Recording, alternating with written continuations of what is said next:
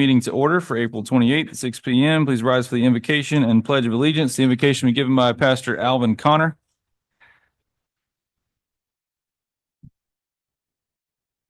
You'll approach the podium there, and whenever you're ready.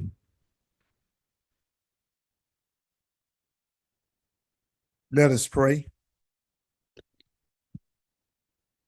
From the rising of the sun until the going down of the same, the name of the Lord is to be praised. So we thank you for another day. We thank you for this meeting tonight in the city of Avon Park. We ask, Heavenly Father, according to your word that says, how good and pleasant brothers dwell together in unity. For there the blessing comes and flows down. So we ask a special prayer tonight for our city officials, the councilmen and the councilwomen, our mayor, our new city manager, and all of the city employees in their various jobs. We ask that they continue to work together with pride in this wonderful city of Charm.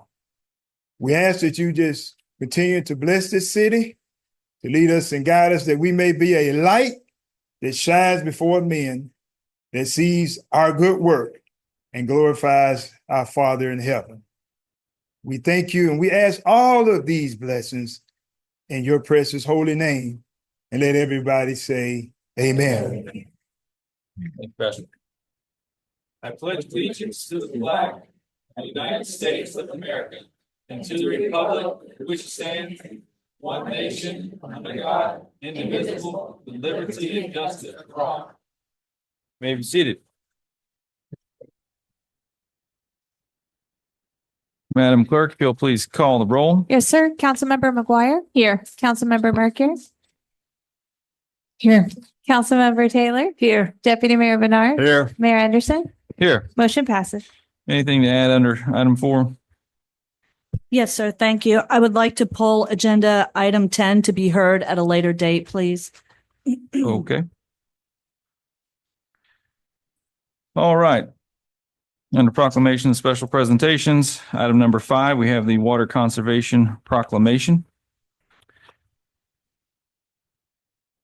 Whereas water is a basic and essential need of every living creature, and whereas the state of Florida, water management districts, and the city of Avon Park are working together to increase awareness about the importance of water conservation, and whereas the city of Avon Park and the state of Florida has designated April, typically a dry month, when water demands are most acute, Florida's Water Conservation Month, to educate citizens about how they can help save Florida's precious water resources.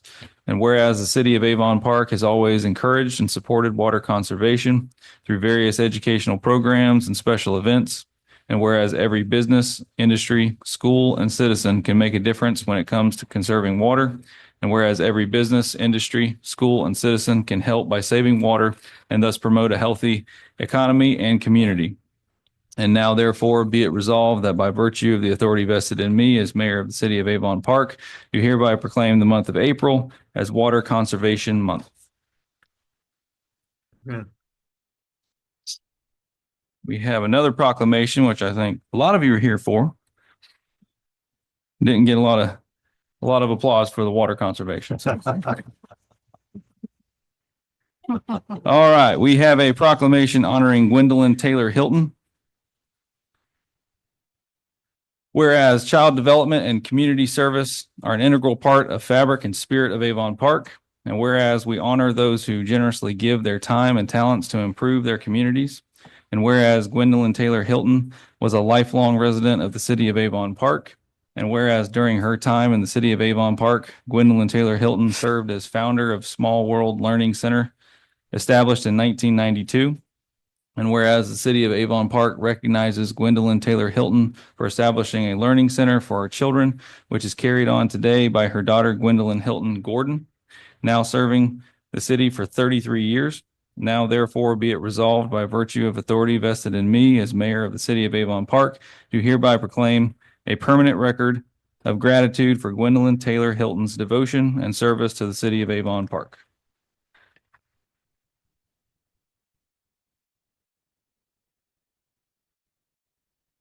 There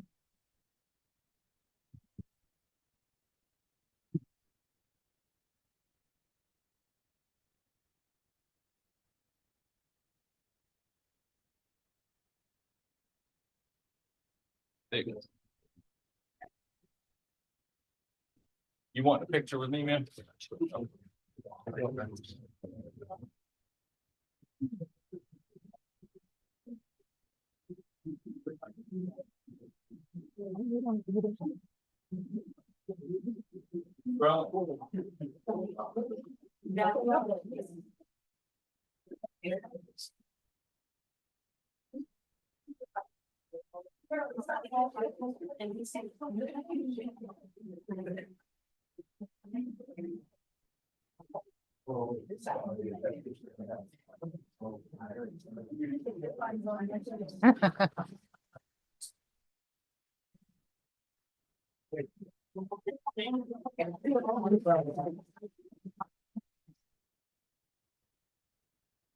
Thank you.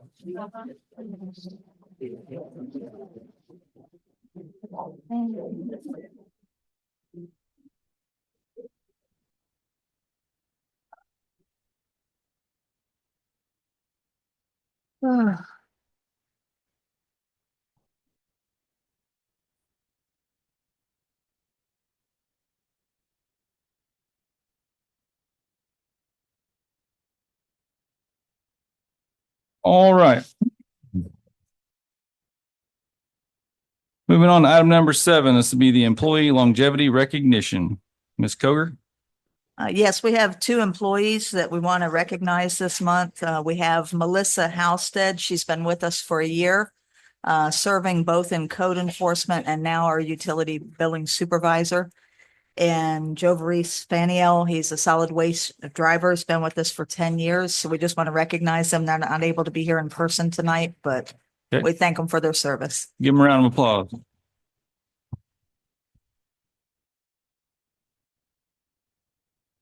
All right.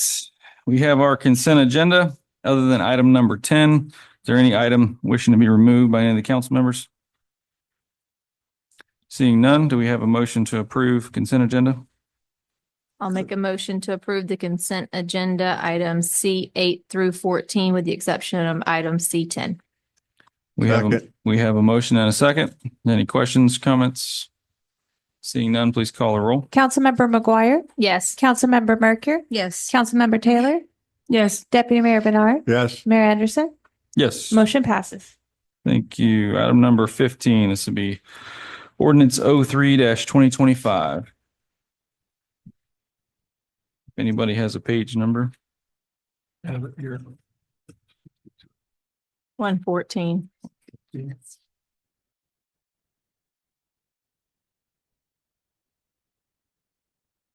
So it's an ordinance to annex land owned by Croons Grove, Inc., identified in county records as C-28-33-28-030-0020 and located at 1150 West Hal McRae Boulevard, Avon Park, Florida. It is a plus or minus 9.28 acre parcel as shown in the attached map into the city of Avon Park, Highlands County, Florida, providing for findings of lawfulness of the annexation, prerequisite notice and post passage notice, and providing an effective date. Okay. Do we have a motion? Do we have a motion to approve ordinance 03-2025? I'll make a motion to approve D15 ordinance 03-2025. Okay, we have a motion. Do we have a second? I'll second. We have a motion and a second. Any questions? Seeing none. Oh, yes, ma'am. Yes, ma'am. Please come to the microphone and then give your name and address for the record.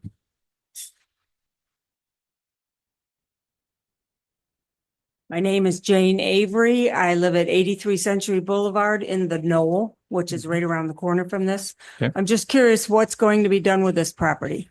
I believe the point of annexing this property is a step closer to running the water and sewer out to the Pinecrest facility. Is that correct?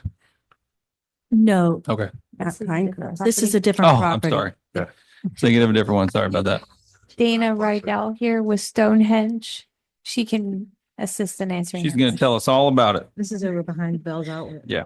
Good evening. My name is Dana Riddell with Stonehenge Land Development Consultants. Thank you for considering this annexation this evening. So this property is located just behind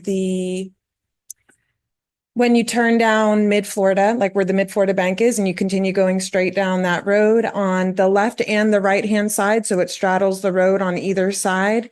It's almost 10 acres, and right now it has entitlements for multifamily residential, which won't go away when the property annexes. So it can be developed up to 12 dwelling units per acre for multifamily uses.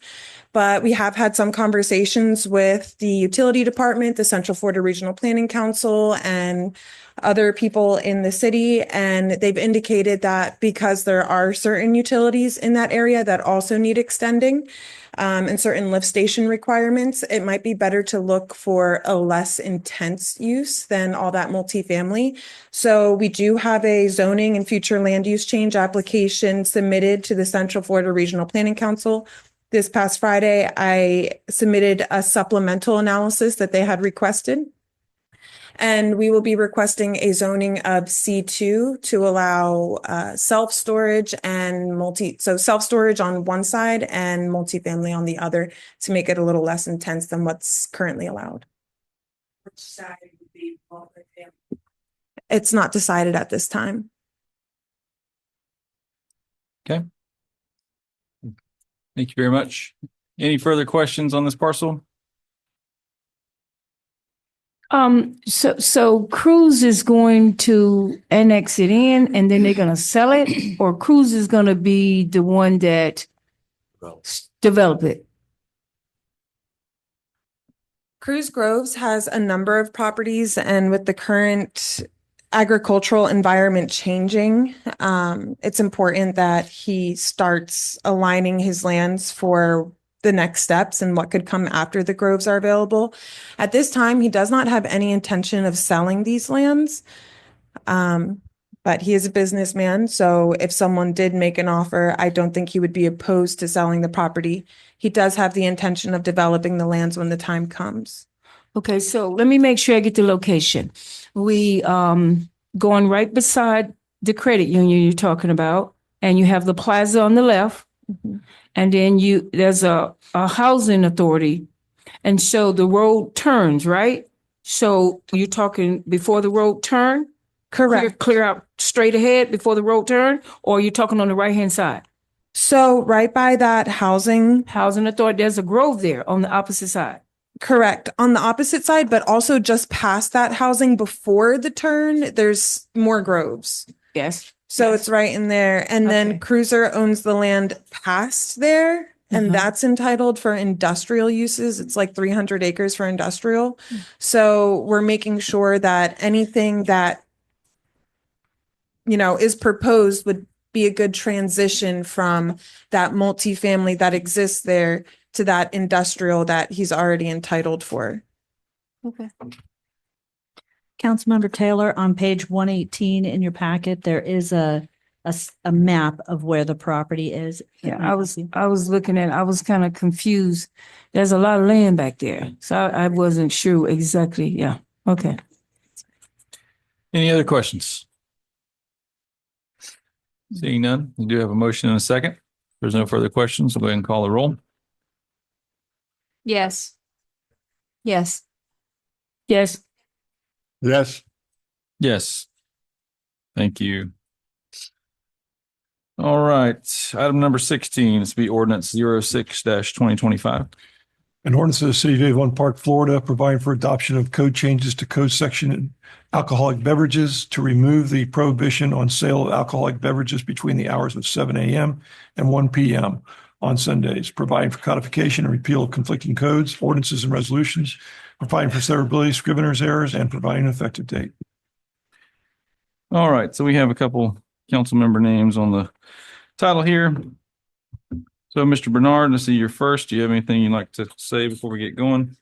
The only thing I'd like to say is, first of all, thank you for everybody being here tonight. I noticed that we're starting to get regulars here, so I appreciate you coming out. I also appreciate all those that I'm sure that have contacted, probably all of everybody on this council to express your opinions, as well as some other business people who've contacted me. And I finally have realized that I think that as a representative of all the citizens and taxpayers and the entire city of Avon Park, it's in best interest that we move forward with this proclamation. Okay, Ms. Mercure. Okay, wow, because Well, I had a just- really good argument going. My thing was, I don't see what we have to lose. What do we have to lose if this ordinance? Well, you know what? I don't have anything else to say after Jim. I'm just gonna go ahead and make the motion to lift the ordinance, to abolish the ordinance 06-2025. And I'll be happy to second that. We have a motion and a second. We do have sign up. Mr. Macklin. Okay, well, Mr. Macklin's coming up to the microphone. Just wanted to mention that there's letters that are attached to this, and you generally require that whoever speaks, has identifies their name and their address, and these letters don't have that in there, but they are public records and they are certainly helpful to the city council. But I just make a point that maybe in the future we might ask them to, whoever sends them, if we can, to provide that information if we're not aware of it. Understood. Provide what, their name? Name and Name and address. address. Oh, the address, okay. As if they were here in person. So Gotcha. if they don't provide the name and address, then probably shouldn't add it to the agenda for public records, even though it's there. Right, Councilmember Bernard made this point. I thought it was a well-taken point. Okay, thank you. Mr. Macklin, name and address for the record, please. Good evening. My name is Tom Macklin. I live at 609 County Road 64 East. According to the signage, some people call it East Main Street. You've already made a motion on this, and I am in favor of this, but not the verbiage that you've been presented with. I don't think, and this goes back to my time on city council, I don't believe that the verbiage that you have before you is actually fact-based in nature. I think there's innuendos and assertions. I'll just read where it says, whereas the growing popularity of golf in Florida, many counties and cities have reduced or eliminated such prohibitions on Sunday, so on and so forth. I don't think golf is the reason, and I don't think it ought to be codified as such. Where it says, whereas the city has the opportunity to annex large development, and again, it mentions golf. I understand that might be the case. It also says, whereas the city council finds it's not appropriate for the city to regulate the morals or morals of the citizens in consumption of alcohol. I don't think that, again, is something that we need to codify. And what I'd like to do, as I shared with the city manager this afternoon, is I've come up with something different that I'd like you for at least to consider, that are fact-based as far as the whereas content that should be codified. So it says, whereas the sale of alcoholic beverages is currently prohibited on Sunday between the hours of 2 a.m. and 1 p.m. within the city of Avon Park, and whereas it is the desire of the City Council of Avon Park to establish and maintain a business environment that provides a fair and level playing field between itself, its sister cities, and the unincorporated areas of Highlands County. And whereas this modification will provide continuity with Highlands County's restrictions on alcohol sales as noted in section 3.1A of the Highlands County Code of Ordinances. And whereas the city council has heard from both area residents and businesses alike that this modification will result in expanded business opportunities and economic growth. And then goes back to the and now therefore. I think that's something that is fact-based in each one of those whereas sections that looks like it should be codified, as opposed to just asserting that because golfers drink lots of beer on Sundays, we should do this, or that we don't want to legislate morality from the dais. That these are fact-based. And while I didn't have an opportunity to make copies of all of this, I just jotted it down late. I'd like to provide it over here. Please do. And just give that to you for your consideration. Also, I'd like to respond to Ms. Peterson. I heard you via Zoom at the last meeting where this was being discussed, is how did we get here? I believe was the comment that you had made. And since I lived this, back in 1998. I could provide a little bit of historical reference. Up until that point in time, and it was my first term as a city council person, it was a 2-year term at the time, there was a complete 100% ban on Sunday sales in the city of Avon Park. And at that point in time, there was a citizen committee that had started a petition and was circulating it. They wanted to put it on as a referendum. Myself sitting as a council member, I said, we shouldn't allow the citizens to have to go through this exercise. We need to bring it up here and let us decide at that time, it was a 7-member council, see if we could get support for it. If there was, there wasn't. And if there wasn't, they could continue their process. At that point in time, we decided, and 1 o'clock was all we could get. Sometimes, all you can get at the time is all you can get. And I agree that having something in place in Avon Park that's inconsistent with the rest of the municipalities and the county at this time puts all of the businesses who have made the investment in our community at a competitive disadvantage, at least for that portion of the day. So I think providing continuity goes a long ways towards saying, we appreciate your being here.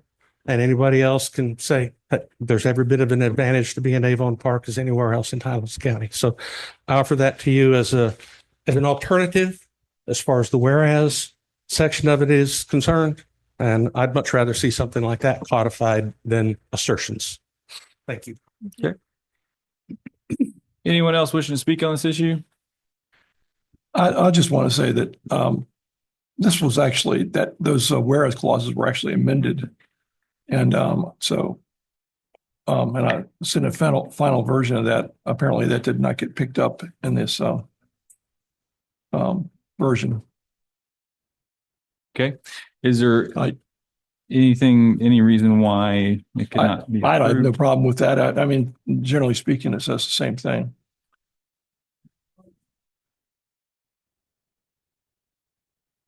In other words, is there a reason to not take action tonight, I guess? No, there's no reason not to take action tonight. If you want to adopt his whereas clauses, and you can just simply say, I move to approve the ordinance with you've already moved to, so you can amend it to add these whereas, replace the existing whereas clauses with the new whereas clauses, if you wish to do that. But I don't think there's any point in me reading the ones that we had amended. Okay. Is there any council member wanting to amend the motion? Or I guess the original person I'll that made amend the the motion. Do you want to amend it to Yes. adopt the new language? Yes. Okay, so you want to amend your motion to adopt the new language proposed by Mr. Macklin. Is there a second to that amendment? I second it. We have a second. Before you call roll, I just have a few comments, Okay. if you're done. Go ahead. So Shelley, you said, why not? I said, what do we have to lose? Okay, well, let me tell you. Tell me. I don't ever like to make a decision unless I've done a lot of research. So I did quite a few hours of research on other areas that have removed, bans and things like that.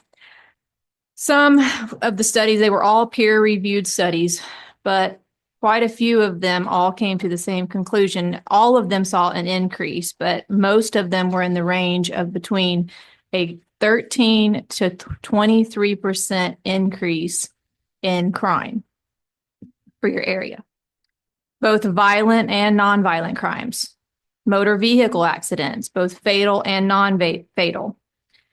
Peer-reviewed studies have shown that the positive financial impacts on a community are negated by the costs pertaining to the increased crime and accidents.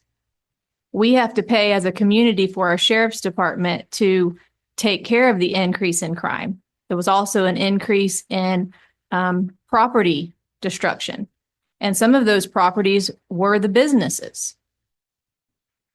Higher crime rates, everyone knows, equals negative views about a community. So if the goal is to bring in new businesses and bring in new families or new individuals to live in a community, having a higher crime rate is going to do the opposite of that. I feel like we put it out there at the last council meeting for, people to let us know their opinion, for businesses to let us, there was a couple that trickled in. But I feel like even the financial impacts that, Dr. Kelly put actually in our packet, that 4,000 something dollars that we would get from passing this and allowing a golf course come into the community is gone with less than one accident. Hold on one second.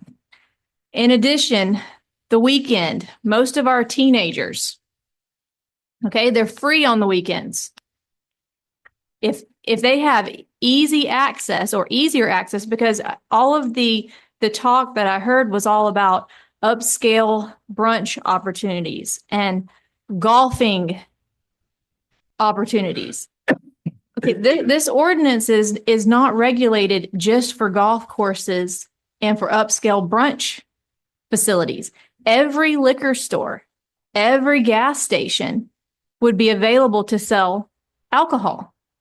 Okay, everybody knows it's a pitfall, especially for somebody who works in the school system, that teenagers, the more access they have, the more they're likely to get it. And no, we're not their parents. I understand that. However, I do feel a responsibility, whether I'm someone's parent or not, to provide a safe community. I looked up positive impacts of removing bans. Every single one of them, of course, said, well, it allows, businesses additional say in what they would like to serve. But every single one of them said that was negated by the increased cost of maintaining the crime. And most of that crime is not in the more affluent brunch experiences and golf outings. It's mostly in the lower socioeconomic areas of your town that it becomes more prevalent. So as far as what to lose, I feel like we do have something to lose. And it's not day specific. I don't care if it's Saturday, Sunday, Monday. I'm the same on Monday through Saturday as I am on Sunday. So the day doesn't matter. But even a simple analogy. Okay, if you go on a diet, what's the first thing they tell you to do? Remove the sugar from your house, right? Take away the junk food. If you're on a diet, don't go to the store and buy it. Don't put it in your house. Okay, by removing this prohibition, which most folks and most businesses aren't going to be open at 7 a.m. anyway, I feel like you are allowing additional access. With additional access becomes, additional negligence. No, not everybody will be negligent, and no, not everybody will be hurt. But there will be those that do. I think it's a pretty common thing across the world today that some folks lack self-control. And with all of the alcohol sales, I mean, who cares if you're different? I guarantee you that one of these businesses coming to Avon Park or saying that they would like to come to Avon Park, they are not resting their entire business plan, proposal, economic success on being able to sell alcohol from 7 to 1. If they are, then they probably need to rethink their business plan, because alcohol sales will not keep that business afloat for an additional 6 hours. It won't. But I feel like we do have a price to pay if we increase individuals' access. My motion stands. Quick question, Chris Downey, 109 East Main Street. There you go. Councilman McGuire, what were the communities that you are referencing and where are they located? All across the United States and even nationwide. Okay, can you specifically give me 2 that you looked at with the peer reviews and what states and what town they were in? I would be happy to forward that to you, but At this current time, you can't state what you're talking about. I can state what I'm talking about. One of them, there's actually multiple cities that have. Okay, which ones? I'm just curious. One of them was, I believe, Kentucky was one of the states. I believe it was South Carolina. Were there Multiple. corresponding communities selling alcohol in the area of those communities that you verified with the peer reviews? Was it a similar situation you're comparing to? Yes. Okay. And all you have to do is type in peer-reviewed articles about removing alcohol bans. Okay. So I have spoken to 3 community store people in the position of a purchaser, not in any other form. and they have been asking for calls. So I'd like to give some numbers. I can give them to you after the meeting. One is your neighbor right down the street, your closest convenience store, who said he's directly affected by not being able to do that. And before any of that, it's pretty much estimated that it could be $1 million in sales over a year. And that could equate to what, 7%? That could equate to a full-time job being taken care of at town council in case Dr. Kelly needs a new employee. So I understand where you're coming from. I'd like to see the reference data you're talking about because it doesn't compare to the current situation. False Proof, Loving Placid, and Sebring all enjoy free selling of alcohol from 7 to whenever, 7 to 2 in the morning. So 7 to 2 in the morning on Monday. Also, to make sure everybody's aware that you can buy marijuana in Avon Park 7 days a week from 9 to 6. So I don't know how that's preferable over not having alcohol. So again, I'd like to, if you can, I can give my email. I'd like to know the communities you're talking about and how similar those comparisons are. And I appreciate your time. All right, so one of the studies that I was referring to is from the National Library of Medicine. And the study was from 2000 to 2010. And it's pages and pages long. But if you want to go on that website, you're welcome to go to it and look it up. Mayor? Yes, ma'am. I have public comment in the meeting chat that I'd like to read aloud. Okay. There's not a name associated with the individual, but it says trickled in. Do we read it if there's no name and address?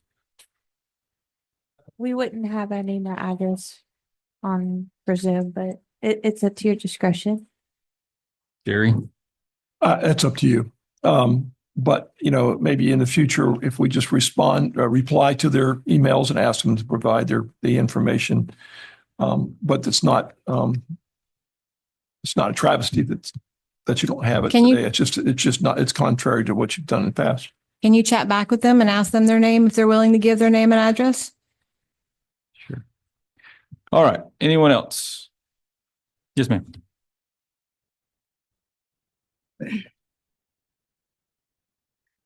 Thank you again, Dana Riddell, Stonehenge Land Development Consultants, for the record. I just wanted to clarify a few items. I think it's really clear at this point that the golf course is a big part of the reason that there's a request for a change to the alcohol ordinance. And I just want to make the point, because I know the question was asked at the last meeting, was, well, we haven't seen any businesses come forward asking for this or wanting this. And so I just want to make the point that we are the applicants for this request. We paid $650 text amendment fee to make this request. So I want to share that information because I want you to understand we were very serious about this. And I wrote a letter of intent because there's no application for text amendments in the city of Avon Park, although there is a fee for it and it is something that we can request. So in my letter of intent and in my conversations with Dr. Kelly, I really stressed the fact that it's true. This is so much more than the golf course. It's bigger than that. This is about the overall welfare of the city of Avon Park, which the owner of Cruise Groves Inc., Cruiser Cruise, he's committed to, I'm committed to as a land development consultant. A lot of people here know me in my role in other areas, but I do live in Avon Park. So speaking as a consultant, a resident, and a representative of Cruise Groves tonight, it is something that we would all like to see on the behalf of those three things occur in the city limits of Avon Park.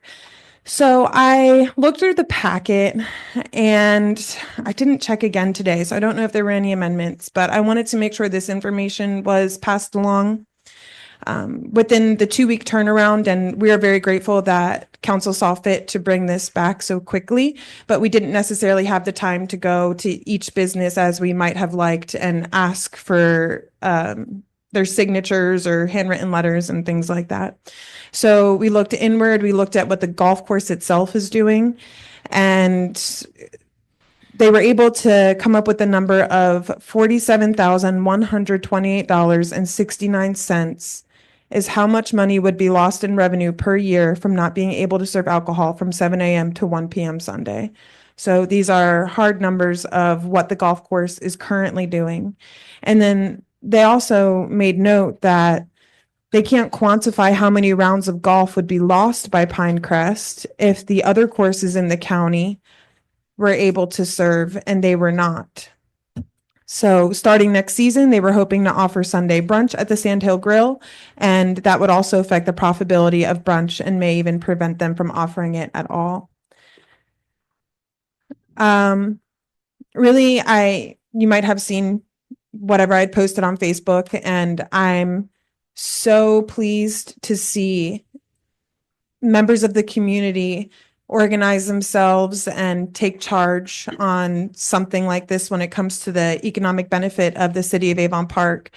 So I just want to put a call out to say that we are really gracious. We appreciate the opportunity to appear before council and respectfully advocate for positive change.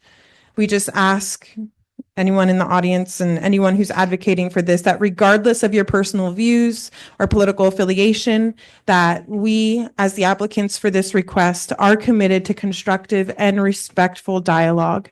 We kindly ask the same of all who participate in this process. And we just want to make sure and make it known that we have no intention of creating any kind of divisive relationship between us and the city or anything of that nature. We're all trying to do our best to do what we all think is best for the city. And so we really appreciate you taking this under consideration.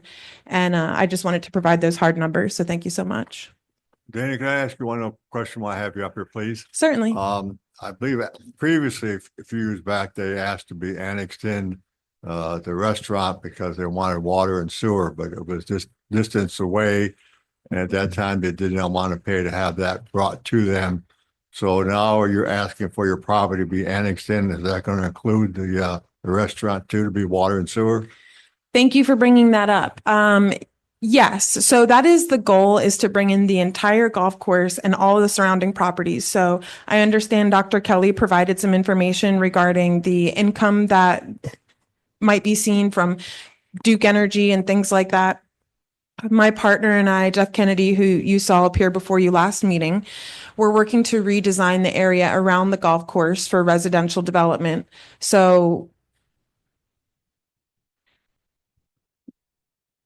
we're looking into extending the utility. There's multiple options. And this is not like if you don't annex us, this is what we're going to do. It's what we are considering. And I want to be just very transparent that because Highlands County doesn't have their own central water and sewer facilities, we have the option of creating our own package plant, which is something that is heavily under consideration. And there's a developer of utility systems who we've been working with who would be interested in taking over that plant once we construct it. So not only would the city see income from Duke or property tax, but they would see income on their utilities. I also think it would very much improve the quality of the water in the restaurant. Because I've been there and I've seen the complaints from the customers in there, especially when we were told that the purifying system was not working properly. Oh, no. That was last year. So I'm happy to see that hopefully this is part of the plan to purchase that and you get some good, clean Avon Park water brought to that restaurant. Thank you. Thank you. Anything else? Yes, I want to switch on to the other side of the hand, not so much the business side, but the personal preference and the personal choice that the residents have. I just don't understand why we are making a decision as to what the residents have a choice to do. If they want to buy it, go buy it. Go buy it. It's your choice. If not, don't buy it. It's your choice. It's your God-given right to be an American. If you want to buy beer, alcohol, or consume it in the morning, go ahead. It's your choice. We shouldn't govern their choice. All right. So we got a motion and a second on the floor. We've got an amendment to that motion and a second on the floor. Has somebody moved and seconded the amendment? Yes, Yeah. yeah, Shelley also moved to amend it to what Mr. Macklin had suggested, and then I believe Bernice seconded. Yes. I did. So, anything else before we call the roll? Okay, please call the roll on the amendment. Councilmember McGuire, No. Councilmember Merker, Yes. Councilmember Taylor, Yes. Deputy Mayor Bernard, Yes. Mayor Anderson. Yes to the amendment. Motion passes for the amendment. All right. Now for the original motion, we'll go ahead and call the roll. Councilmember McGuire, No. Councilmember Merker, Yes. Councilmember Taylor, Yes. Deputy Mayor Bernard, Yes. Mayor Anderson. No. Motion passes.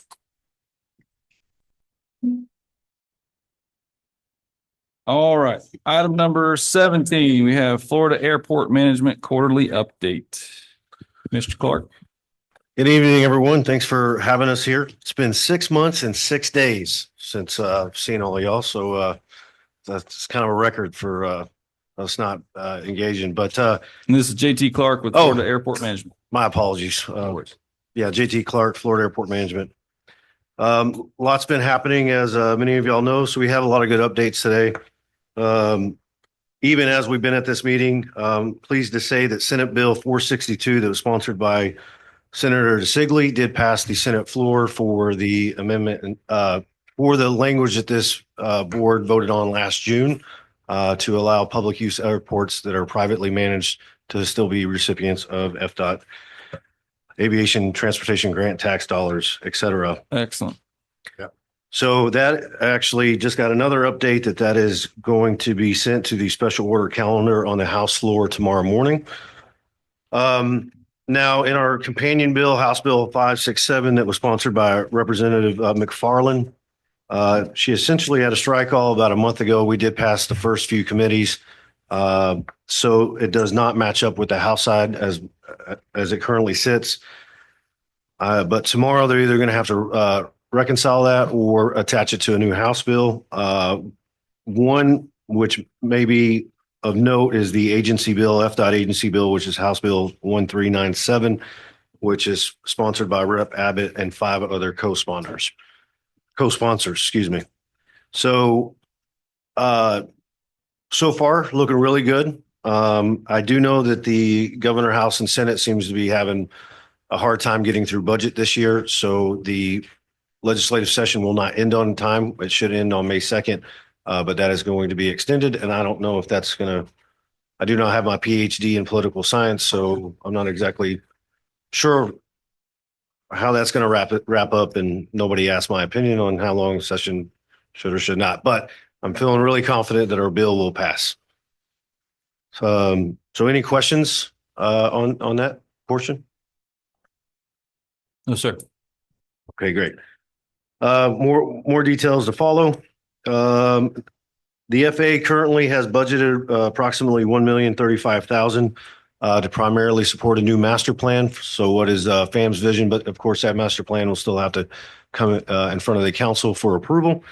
And then also we have some safety and security issues that's been addressed for a while in regards to our AWOS, our automated weather observation system, and our rotating beacon, which we just did receive final bids for that. So hopefully in the next 30 days, 60 days, we'll have that project complete and the airport more safer for our traveling public.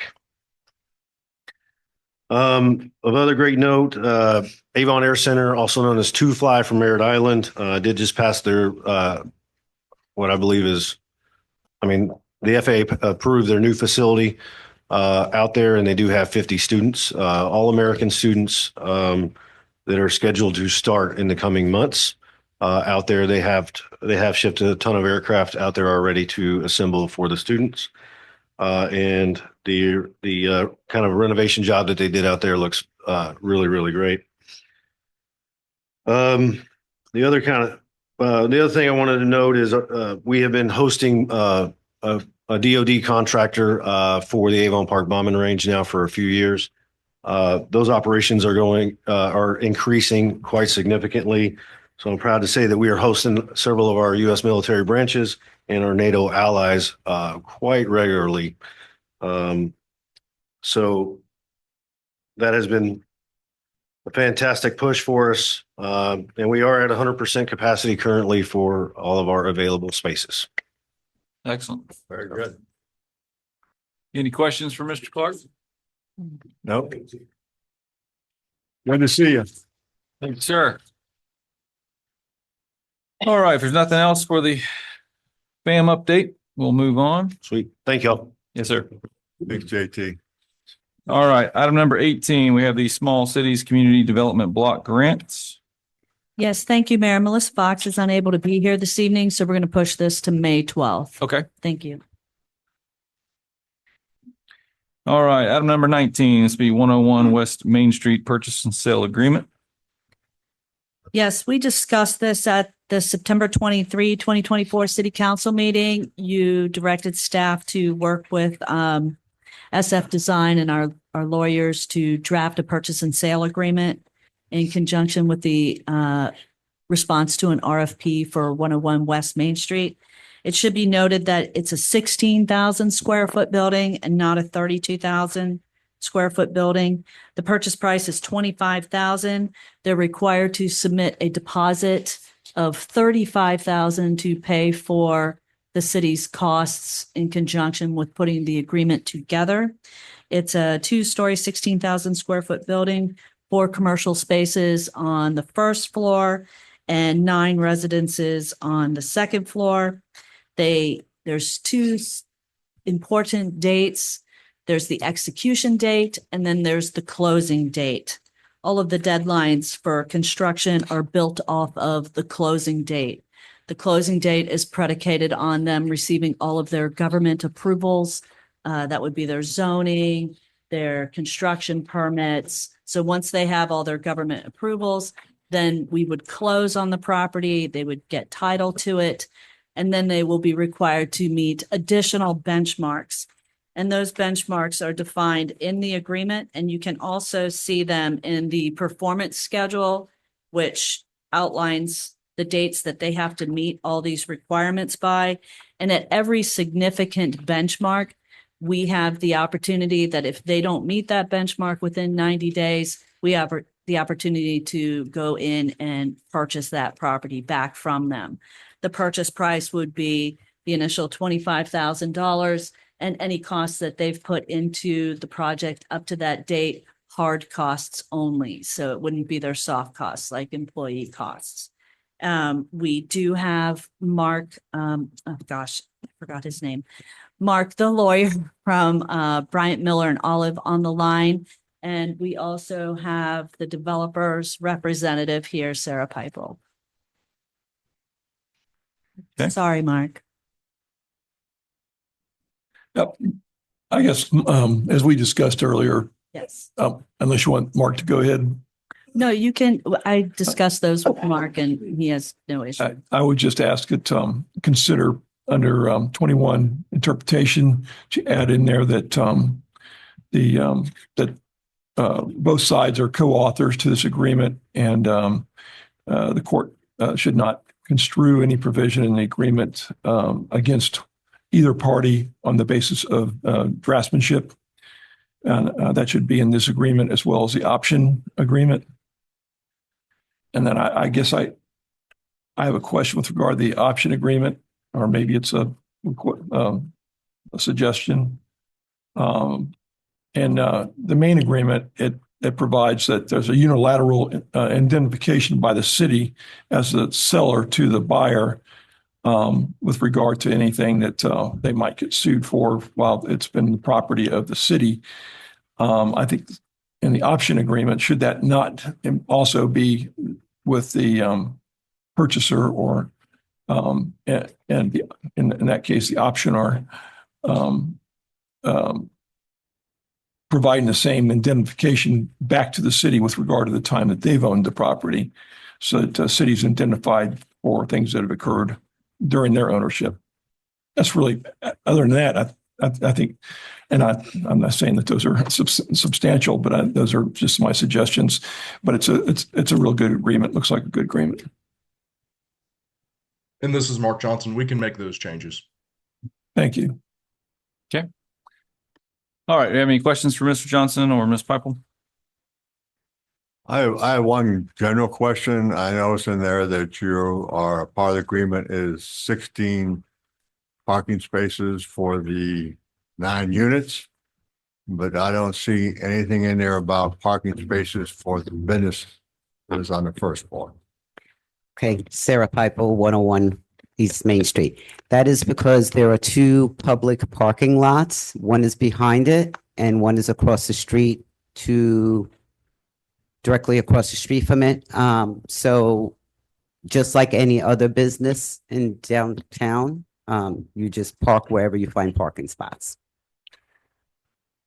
Yeah, if those parking spaces are owned by the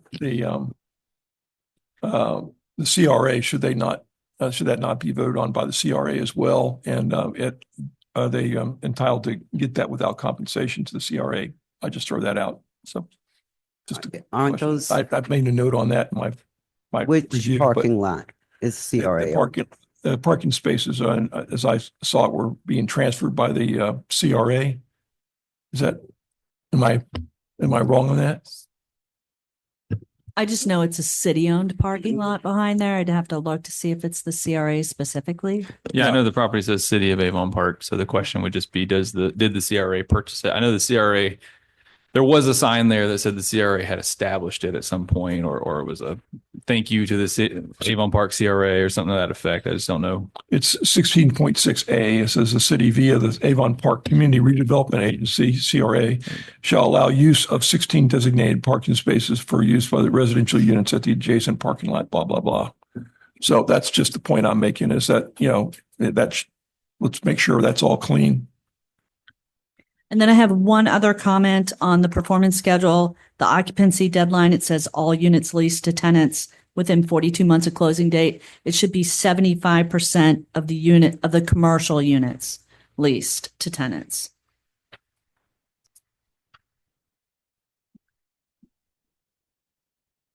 Okay. And that's on page 212.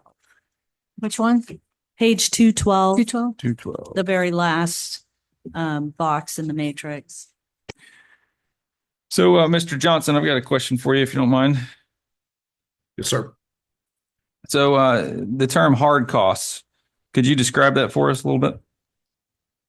So as it's set up in the agreement right now, we have costs that are being used to improve the property. We can change that definition to make it more specific to reference hard costs and exclude any soft costs as discussed earlier, if that was something that the board would like. I certainly would be for it. Yeah. So a hypothetical situation, this property progresses for a year. They make some improvements to the ground and maybe pour some concrete. How exactly would those improvements be valued? How would you come about the value of those improvements? The actual costs in pouring the concrete and the value of the material. As in they would be turning in bills for those services or what? Yes, sir. Okay. So if they're subcontracting to themselves, would that qualify? As it's drafted, yes. Okay.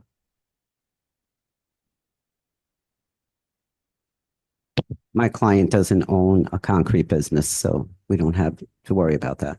Right. Yeah, no, the thing that I'm trying to avoid here is that obviously the city in this agreement, it seems a little bit odd that the city is actually having to repurchase this property, right? So obviously the city wants to have a building there. That is the whole premise of it. So what I would want to avoid is that you get partway into this, all of a sudden, whatever reason you figure out, oh, we don't want to do this anymore, we can't do this anymore, whatever, something bad happens. Then when it comes time, if the city to execute this contract and repurchase that, how do you come about that value? You know, is that? Well, like we've been discussing for the past 7 months, it would be invoices. So of course you wouldn't be charged for any soft costs, which would be administrative, paperwork, employees, et cetera. So you would Development. actually have invoices from the concrete person, from the engineer, from, you know, whoever's doing the work. Yeah. We're not asking to be. And honestly, we've been going back and forth for 7 months. I don't think we're going to stop building. Yeah. We're Well, I gonna hope have it not. building up. We already have tenants ready to go in. Are you sure you can do it in the 42 months? Is that Yes, limiting yourself a little bit? Danielle, I'm sorry, Dr. Kelly, my client and myself sat down and we went through the timeline bit by bit by bit, and we are all in agreement. All right.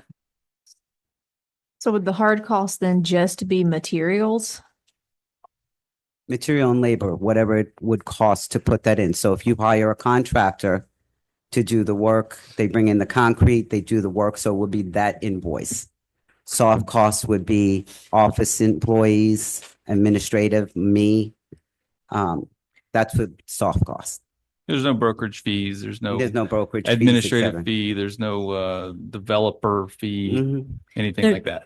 They're Correct. not even asking for like an internal rate of return to be Right. credited to the project, so that it's just strictly hard costs. Yeah, very simple, straightforward.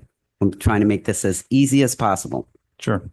That also includes or excludes architectural design costs too. That would be a hard cost. Yeah, that's a hard cost. Architectural, engineering, structural, that's all hard costs. We're going to be in this for almost 100 grand before we even close on it. So that's how serious we are. We're not here just, you know, throwing things out there and seeing what sticks. We want to build this. And before we even close on it, we're going to be $100,000 in. If you don't mind me asking, what would that $100,000 be? It would be for permitting, it would be for architectural drawings, it would be for structural engineers, it would be for, we went through a whole list of items.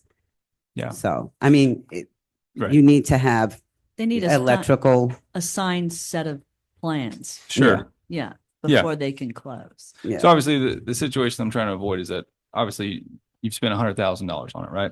And it's for a building that you've designed for purpose that you've designed. So the market's up right now. All of a sudden in 2 years, the market's down for whatever reason, you can no longer continue. Does that, if the city wants to retake that property and to offer it to someone else, is the city now going to be in it for, you know, $300,000 when there's actually nothing there? Has enough of the cost of that building been taken out of it that it could actually be marketable at the time, I guess? Well, the way the economy is today, Mhm. I can guarantee you that it's not going to go down. I mean, we're having a hard time. Nobody can guarantee. Well, Let's what I'm be saying clear. is, if we put in $100,000 in the next year, that's what it's going to be. We're not talking about the value of the building. Now, if we had a two-story building already built in a year's time, Right. that's totally different. Sure. But I mean, honestly, that's a chance you take with anything you do. Mhm. Whether it's us putting up a building or the next person. Right. I think we've been the strongest contenders as far as getting this done for you, Mhm. because the last RFP was for, I believe, a park. And you guys came back and said, no, we don't want a park. We wanted, you know, a building on that. And we're Right. giving you everything you guys want. Sure. So, I just want to add that those, let's say we do get to the signed stamp plans, that would transfer to the city. Yeah, It would be you our would get that. property. So we would have If we that paid as for it. well as the property. Yes, But we'd have to purchase it. correct. Right. So Mr. Buer, last meeting, you talked about a performance bond as a protection for us so that we don't end up in a situation like Garrett's explaining. Yeah, and you know, last meeting, I was concerned about the fact that there were any benchmarks in the previous agreement. But the benchmarks have been put in now, so I'm less concerned about that. I mean, that is really when you're concerned about something not getting accomplished ultimately. But if you feel comfortable with the benchmarks that were put in, that they're sufficient, and you feel comfortable with the repurchase option, then having them finished is not as important, because you're just going to repurchase the building if they don't finish. Whereas a bond would actually come step in and finish the building if they didn't do it. If you required a bond, which, they've already said that they would not accept the bond. That must have been stated outside of the meeting then, as I don't No, remember I hearing that. stated at the last meeting when you asked, I said, no, we're not I going to didn't, do I didn't bond. ask it last time, Well, just to be clear. I'm sorry, Ms. Yeah, no, I brought it up because I didn't feel like that there was adequate benchmarks at the time. And now we've agreed to a whole bunch of benchmarks. But just because a benchmark is listed doesn't necessarily mean that the benchmark would be fulfilled. Right? Yes, but you have a remedy now, whereas before you had no remedy. Well, yeah. But, yeah, I guess the issue is that the remedy is that the taxpayers would have to purchase everything. That is the remedy. But if you're getting value, if you're getting a building that's partially done. Right. But if, then on the other hand, if it's never gets done because there's too little done Right. and the city can't afford to finish it, that's another problem. But Right. I leave that, Because if we don't take them up on the 90-day. Okay, so say they put in a bunch of money that they say $100,000, $200,000, and they're not able to go forward from that point. If we do not agree to purchase it within 90 days, then they automatically get to keep the property, yet they're not required to do anything after that point. pretty much, I believe that's the case. Mr. Johnson says otherwise. But that's a chance. I mean, there are additional benchmarks. I'm sorry.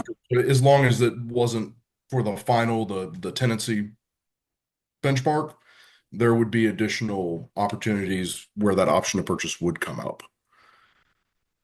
Right. Each time there's a benchmark, there's an opportunity to repurchase.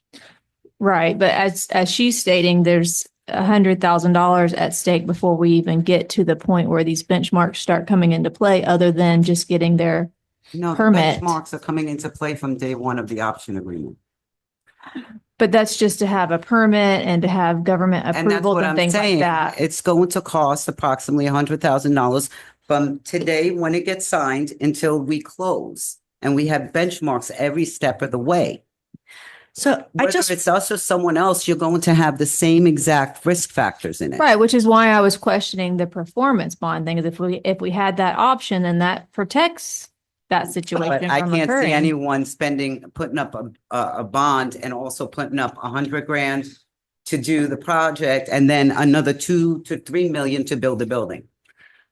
I don't understand why you're stuck on that. I'm just trying to get clarification. Yeah, as am I, so that's why I'm asking the question. I think it's a legitimate question. But here's how I see it playing out. If it comes to that, I mean, ultimately, yeah, you repurchase it, but you can't afford to build it. You just send it back out to RFP for somebody else. Now they've got a partially finished building that you're going to get value for as part of the sale price and get your money back, at least. And then they can finish the building. I mean, I will say that a fully entitled piece of property is much more marketable than just a piece of dirt with no entitlements on it. Right. But a half-built building is almost worthless. A completed building is very marketable. And that is the issue. The city doesn't want to build a building, obviously, or the city would have built a building. There's no appetite for that. And likewise, the city doesn't want a vacant property. Yeah, we want the building to be completed. And so the idea is how can we make sure that the building gets completed? And if it's not completed, is it easily marketable to get it completed? That's the goal. And that's whether it's me or someone else, you're taking the same exact changes. Well, So- one option that I did think of is how it's determined of what the repurchase price would be. If it was determined by a commercial appraisal rather than actual costs, I think that would be far more marketable. And it also goes with the market, whether it's up and down. So if the building is completed with tenants, obviously it's very marketable, it's very valuable. But if the building only has footers for a building that no other developer may want to continue, the city's going to then have paid for all those costs that are basically worthless. Your appraisal came in at $100,000. Mm-hmm. Okay, so there's your appraisal. Okay.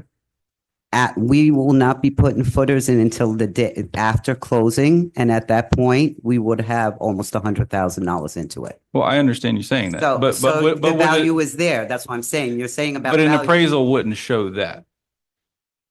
Well, of course. Why wouldn't an appraisal show that? An appraisal is not going to value the portion that you've done on the building the same way that it would have cost you. But to me, I'm not understanding this. Okay. Maybe someone else can explain this because it makes no sense. You have an Okay. appraisal on that piece of property, okay? If I don't understand why you think we're not going to meet the benchmarks. I'm saying we are, you're saying we're not, that's fine. No, we're So not saying you're not. We're Nobody's- just trying to avoid what ifs is what I'm Okay, trying what to ifs? avoid. What ifs? We don't work in what ifs. Okay, we're telling That's you. what this contract covers is all the what ifs. That's the point. But those are the benchmarks, and we're telling you that, okay, up until the day of closing, we're going to spend considerable money getting this property ready.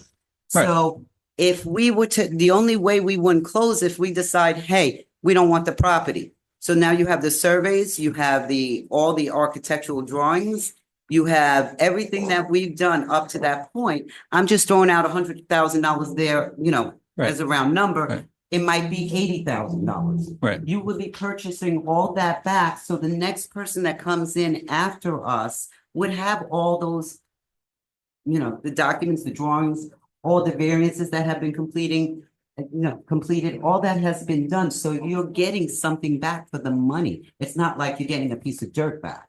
Right. Okay. I mean, I get, it's just a difference of opinion is all. All right. Is there any other questions or? I just have a couple more. So you mentioned that you already had businesses that were coming in the bottom portion of it, the bottom story. correct. Um, We have a lot of interest in it. but there's only 4 spaces. So do you Correct. know what businesses are coming in there at this point? Yeah, but I'm not going to divulge that. Okay. All right. That's fine. And then And as far- don't call my client either for that information. I've already received your threats, even though they were misguided and empty, So but point of whatever. order, That's point of order. Hold on, please. I'm still asking a question. So anyway, the other thing was, I noticed in this contract, it guarantees that you'll get your brokerage fee from the purchaser. That's if I take a brokerage. If there's any brokerage fees due, it will come from my purchaser. Correct. Okay, so in the buyback option, then should it not be specified, or maybe it should be that we would also not, okay, It would be considered as Mr. Johnson said, a soft cost. He's going Okay. to be more specific with regard to those two things, hard costs and soft costs, and which he said in order to address your concerns. okay. And then also as far as like, going forward after closing and things like that, do you have an agreement with the purchaser for any kind of like management agreement, or is your part over or? Your concern. All right. And then you brought up, so I'll just comment on that. You mentioned that we had another RFP that someone asked to put in a pocket park. But that he's your employee, right? Again, you are way out of line.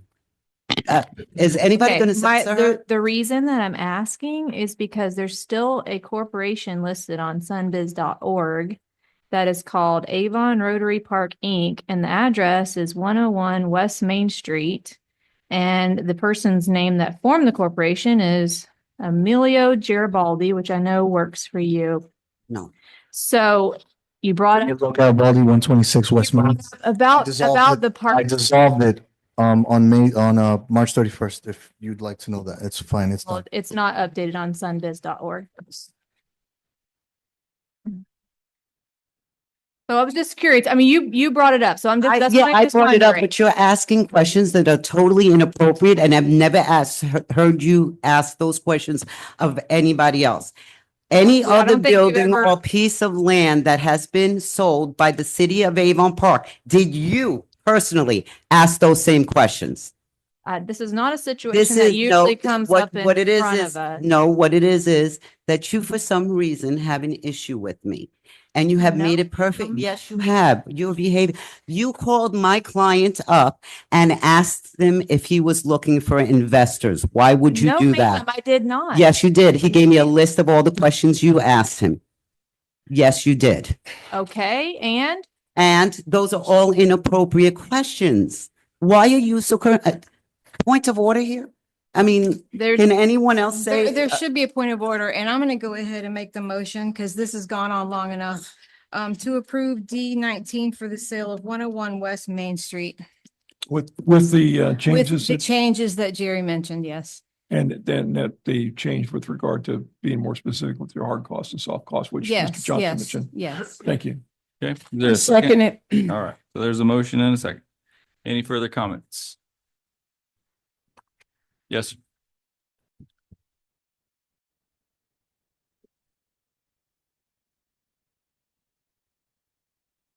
Thank you, Mr. Mayor. Tom Macklin, 609 County Road 64 East here in Avon Park. For the record, I did reach out to the deputy mayor today and expressed to him concern that he's already brought up about the parking spaces that will be assigned after the closing, as I read it, by the CRA, not the city. So, I mean, at least that's the way the document reads. And I have a concern about that in as much as I understand that CRA has it and they can do it and so on and so forth. But man, oh man, parking spots in the downtown area are at a premium. For any of us, myself and others I know, we drove around in circles trying to find a place to park for the Blueberry Festival this past Saturday. And it was a fantastic event and very well attended. And I know 16 spots is only 16 spots, but it won't be 16 spots when we also have commercial businesses in there that we don't know yet at this time what they will be and how many patrons they may have and where they're going to perhaps struggle to try to find a place to park. And so I just wanted to go on record as that being a concern of mine, losing available parking spaces for the public and making them, if you will, semi-private. I don't know. I do know a number of years ago, and it goes way back when I could grow hair, that the area behind the Avante company, they ended up buying, they owned the property, it was theirs, and they fenced it. Will this be, these 16 spaces, something that will be fenced potentially and might be part of a site plan review that would be required so that you wouldn't have people inadvertently parking in some area where they have in the past and then find themselves being towed?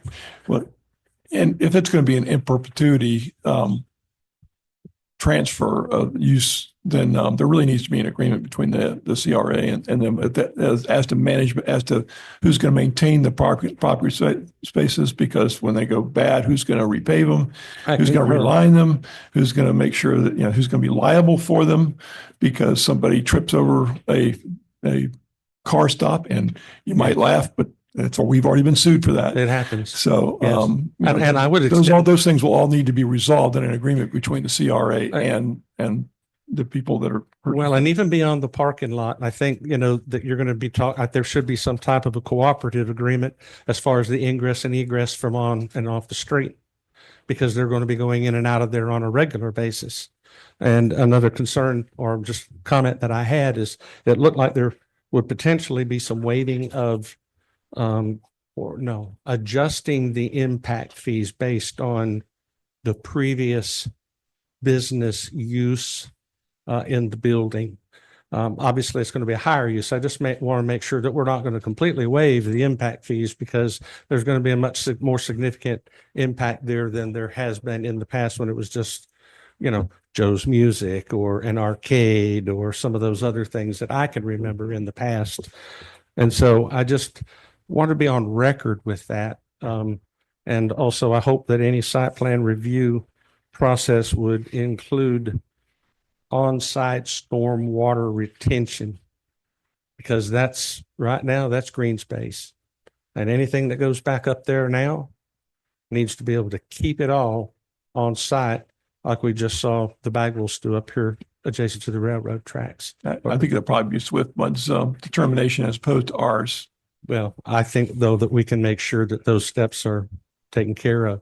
I appreciate your time.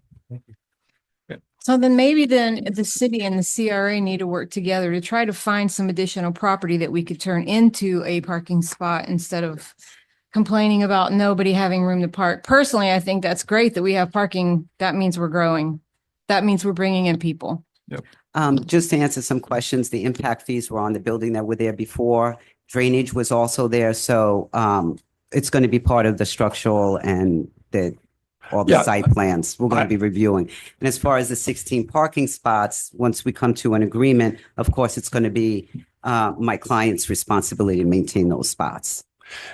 Yeah, I'm sure that's the case. I just simply say that the point he's making with regard to the capacity fees is a valid one, because if you put in a 100 seat restaurant or something like that, Can I clearly make a gonna- comment, please, about the capacity fees? It specifically states that the city shall credit capacity fees Right. due for water and sewer in direct proportion to the capacity attributable to the property from previous uses. right. So I they're not, was going to mention that. Yeah. I totally agree. we've And that been that very is the cooperative. typical way that that's done. You have, in fact, under the law, you have to give them credit for what was used already, because it's already been paid for. Correct. And we've been, but like I said, Dr. Kelly, myself and my client went through that whole proposal. Sure. And, And I've mentioned it before, you all didn't seem like you were going to object to it. But I think the point he was just simply making is, I don't think he was there when we actually mentioned the fact that that was going to be something. But I think there's no disagreement. No, I agree. What I read, I saw that there was there was going to give credit for what was there in the past, and then anything above that, you guys are going to have to pay. Yep. Okay. Any other questions? Anything else? Any other speakers? Seeing none, we do have a motion and a second on the floor. We'll go ahead and call the roll. Councilmember McGuire, No. Councilmember Mercure, yes. Councilmember Taylor, Yes. Deputy Mayor Bernard, Yes. Mayor Anderson, No, motion passes. thank you. All right. Item number 20, we have the purchase of the MC4 Core Mobile Collection Unit. Do we have Mr. Sleva? We do. Good evening, Joseph Sleva. Tonight, the Utility Department is requesting the approval of the MC4 Core Mobile Collection Unit. The background for the request comes from the billing software. Currently only has one collector. If that collector goes down, the truck is damaged, anything faults, we will go into a full manual read status. And if that unit was to be replaced at that point, the estimated arrival time is 55 weeks. If we do purchase this, it'll ensure the resiliency of the reads, but also possibly give utility billing the opportunity to be more efficient with collecting the reads. So, but basically, if the purchase is made, we would like to take it from the capital improvement line item for water meters, and the expenditure will leave a remaining amount of $230,000 in that account. Mr. Sleva, how old is the current unit? We want to estimate around 10 years. 10 years. Okay. All right. Any other questions on this? Just one real quick. Oh, go ahead, Jim. Okay, excuse me. Joseph, first of all, thanks for doing great work and doing the research for this. And I know that this was brought up in the past about having a backup, especially because of the not so much the cost, but the time frame that it would take to get this. And I think that also was brought up, if not, I'll bring it up now, about the suggestion about how difficult it is for us to get our replacement readout meters. Have you seriously thought at all about maybe going to a different company that has a wider access other than just this one company here that just has this one location in Florida to purchase the readout meters? And those readout meters are on backlog for 3 to 6 months, and which is also hurting our billing department as we speak. So has there been any other serious thoughts about, instead of waiting 55 weeks for a new reader about going to getting meters we could get sooner with a different meter reader so that we'd have easy access to whenever we need those meters, we could get them without having a backlog of 6 months, 10 months, a year or whatever in the future. So the the actual collectors are meter specific. So that's kind of where we're at with that. There is discussion of looking into meters as well with some different billing software options. We haven't gone down that road, but unfortunately, the MC4 is an Itron system, which is the collectors that we have for each meter. I understand that, but we're in the process of replacing all those. And now we're going to have to replace the reader, which may come too late because the one we have is already 10 years old. And it's not accessible to have to wait 55 weeks. How many years is that? 4 or 5 years? I mean, I don't know, but no, I'm It's sorry. 5 weeks. 5 weeks. All right. Anyways, it's a long time. So I don't mind spending the money for this backup. I don't like the idea we have to wait for that or for the meters themselves. So I would just think that you should give serious thought about whether maybe this would be the time to switch over to a brand new company instead of waiting for these meters and readers to get ones that we can get right now and then start changing them to a new 10-year plan with when those 10 years comes up where we need to replace them. We can get them in 1 or 3 months instead of 6 to 10 months in the future. We are still installing meters, brand new meters, the Badger meters with the Itron reader, collector, sorry. Those meters are brand new and they have a 10-year lifespan on them. So we actually have about 600 units that are ready to be installed. And how many do we have on back order? Right now we could pick up 2 pallets from Avanti Company if we needed them. Dr. K? Yes, thank you. I do want to point out that that was one of the projects we were going to pitch today for the CDBG grant, was to Okay. replace all the water meters in With- the entire city. With a different company version? Well, we'd go out for RFP. Okay, thank you. By the way, great job, Joe. Appreciate you being here. No problem, sir. Any other questions on the MC4 core collection unit? Seeing none, do we have a motion?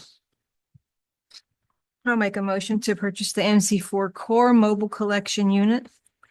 Okay, we hit $19,799. $19,799. All right, we have a motion. Do we have a second? Going once? I second it. All right. We have a motion and a second. Any further comments? Seeing none, we'll call the roll. Councilmember McGuire, Yes. Councilmember Mercure, Yes. Councilmember Taylor, Yes. Deputy Mayor Bernard, Yes, Mayor Anderson, Yes. motion passes. Thank you. Item number 21, this will be the purchase of 2 Willow pumps for the wastewater treatment plant. Mr. Schleba. The utility department is requesting the approval of the 2 Wheelo pumps for the wastewater treatment plant. The background, the treatment plant houses an on-site lift station that has 2 pumps. We do have one on the way, brand new, but the pump that was in there is not repairable anymore, so we need to have a spare.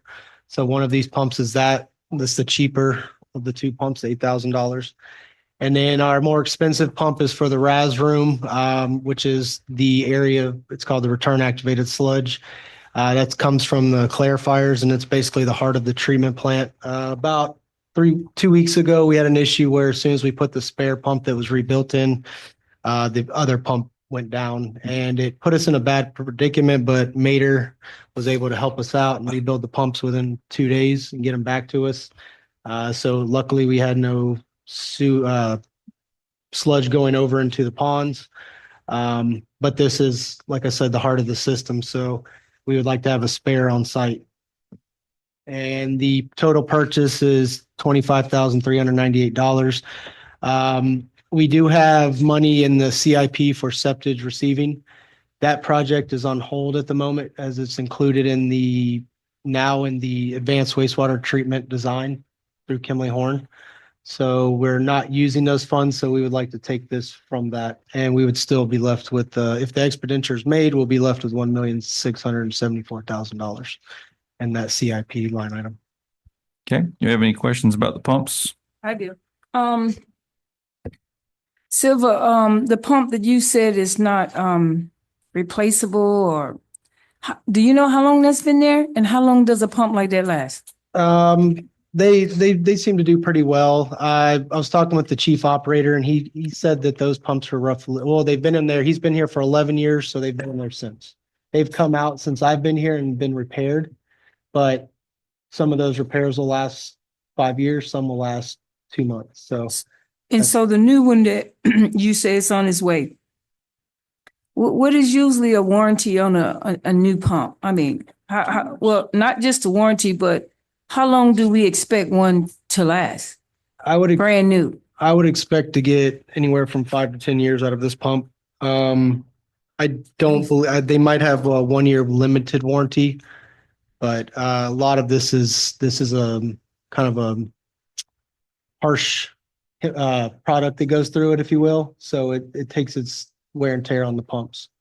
The H2S really eats them up. So we try to maintenance them. We replace wear rings, and if the volutes are wearing out or the impellers are wearing out, we try to get them serviced so that way they don't go into a full failure. But we do maintenance. We do check these pumps. I believe it's once a month at minimum. So the 3 pumps you have now are usable, but you don't know for how much longer, is what you're saying. Yeah, so we have 2 right now. Okay. In both the lift station and the RAS room, but Okay, there needs so to be a spare for both. These pumps, if approved by the council, would go into effect, and then you'd use those pumps as a backup, or would you dispose of them? No, we send them off to be inspected. Refurbished? Yes, if we can refurbish them, we do. Okay. We kind of rely on if we can physically tell that they're not repairable, we're not going to send them. Gotcha. But we do rely on our pump repair companies that give us kind of that, hey, it's for the dumpster, or it can be repaired. So Okay. we do try to repair everything. And then once you get it back refurbished, then that's considered your spare, correct? Yes, Okay. yes. So basically the new pump would become the spare. It would be housed at the Public Works facility in a controlled environment, no rain, limited moisture. And then once the pumps that are in now, the refurbished pumps, once one of those goes down, that will get sent back out and the new one will go in service. Gotcha. Okay. So Silver, how much does it cost to like refurbish a pump? The one that's in the RAS room, it's a oil cooled pump, and the repair for that pump was, I believe, $8,600. Cool. Any other questions about the pumps? I just have a comment for Joseph too. I think that this is the type of item that we can't be at risk to have it go down and not have a spare or a good spare. We've already had a recent problem we discussed at the last meeting. I think it's very wise on your decision to cover us just in case something happens, a part breaks, whether it's 6 years or 6 months old. I think this cost for these 2 items is more than reasonable to have for our situation to keep our city clean and working properly. So I appreciate you bringing us to that. And if I need to, I'll make a motion that we approve item D21 in the amount of $25,398. Thank you. So Second. moved. All right, we have a motion and a second. You have a comment? But I totally agree with what Jim said. These are really critical components of the system. So I doubt they're going to be cheaper in 4 years. Mayor, I got a couple more questions for Mr. Silver. Mr. Silver, is it just this particular pump, or does this part that we're talking about, it could be used, because I know we have more than one pump. It could be used at another pump too. And is one spare enough? These pumps can be used elsewhere. We try not to, because we want to have spares designated. Because if it goes in somewhere else and that takes 3-4 weeks to get that return pump, then we're down our spare again.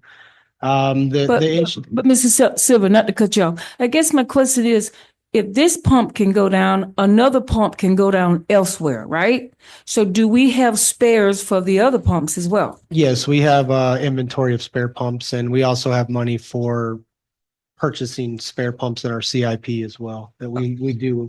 Okay, so at Purchase this for- time, this is the only pump that needs a spare. Yeah, we could probably get away with the on-site lift station, pulling a pump from somewhere else. Again, we don't want to leave anything else shortchanged. But the RAS room pump is special because it's oil cooled. The lift station pump is water cooled. So you can't put that one in the air, if you will. So these pumps are actually mounted above, they're free floating in the air in the RAS room. They're on special piping. And that's another reason we're pushing for the wheelos is, yes, they are sold. We have a sole source letter here, but the equipment, the mounting equipment is the same. If we go with the flight pump, which we have a sole source letter for, which is more money, but we have to change all the mounting equipment, the flanges, the railings, so on and so forth. Okay. Okay. Anything else about the pumps? Sir. Seeing none, we do have a motion and a second on the floor. Please go ahead and call the roll. Councilmember McGuire? Yes. Councilmember Mercure? Yes. Councilmember Taylor? Yes. Deputy Mayor Bernard? Yes. Mayor Anderson? Yes. Motion passes. Thank you. Thank you. Item number 22, have the interlocal service boundary streets analysis discussion. You want me to take that? Okay. So you have really detailed description in your package as to what's happened and what we're looking at. What we're trying to do is get to a point where find out what you want to do with regard to this, because as I mentioned we mentioned in here is that the county is really very anxious. I think I said probably the most nice way I could say it, to get roads taken over and some of these enclaves closed up. And with the caveats that we've put in here with regard to getting costs and things like that associated with it, and brought up to a good quality. We don't disagree with some of the things they say, and we would, if you do agree that we should move forward with doing some of these, then we would bring to you some proposals with regard to a few of these to start with, and then moving on, try and get through the ones that the council wants to address. I would strongly advocate that as part of any transfer to the city, that we require the money that the county gets to maintain these roads to be transferred to us as well. Right. On an annual basis. That's one of the caveats, but it's annual until such time as we are actually getting those rights. In other words, right now, they get them, but then if we're identified as being the cities and we get the money, then that'll be different. And then the same thing goes for the taxes. I mean, at some point, we don't want to see the citizens double taxed where we're having to repair them, but the county's getting the money for the repair. So that would be like a double taxation issue. But we don't disagree that there's an issue here, certainly with the enclaves and the roads, because some of these roads are way inside your city limits, and although the county does collect taxes for the roads, it does seem a little outside of what they should have to do, so long as we're properly compensated for it. So there's an estimate of $92,000 to $182,000 of annual cost to maintain these roads that they want to give us. So how much do they collect for these roads? Do we know? No, we don't. That's one of the things we need to drill down into. And it was a bone of contention, a lot of contention at the ISBA meetings, and I won't say that's the reason why it broke down, but it is the reason why we're going to be independently negotiating this. But there are some other issues as well that are mentioned in there, such as the fact that, they've got to give us legal descriptions for what we're going to take over, because we're not going to just simply say, well, it's somewhere along this area called this. Sure. It's got to be a legal description so we know it's supposed to be maintained, And we know what we have liability for if somebody has an accident on it. And, if somebody trips on the side and that's not ours, we want to make sure that's clear.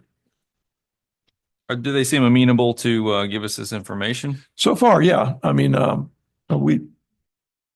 do they seem amenable to give us those funds? the county attorney and me at least, she's much more tactful than I am, have had discussions about it, shall we say? But I think that they want to work in good faith to try and get us what we need. And really, quite frankly, they don't have any choice because we don't have to take those roads. We can leave them in their hands, and we don't have to close up the enclaves. But we want to do. I would hope we want to do what's reasonable in that regard. Okay. Any other questions? Yeah, I have a question because looking over these roads, I mean, the vast majority of them are fair or poor. There's only one that's great, and then there's a certain amount of good and satisfactory. One of my questions would be that I think it says that they would turn it over to us and doesn't say what kind of condition, just says it doesn't have one of those comments under there. Well, I think that was one of the caveats was the costs that the money that the county's receiving for the roads, and the fact that we're getting a road that is either they're going to bring up to a good condition, or we require that as part of the money. Yeah, that's what I say. I would suggest it has to be at least a minimum, because there's even one road there that's a gravel rock road. And if anybody remembers the one on South Lake Avenue, that was pretty much, you didn't want to drive down that road. So we don't have equipment that, last I heard, to even fix a road like that. So you'd have to be, budgeting to do that if you took those roads over. right. So I mean, like you said, it's the wording is going to have to be good or better or something like that.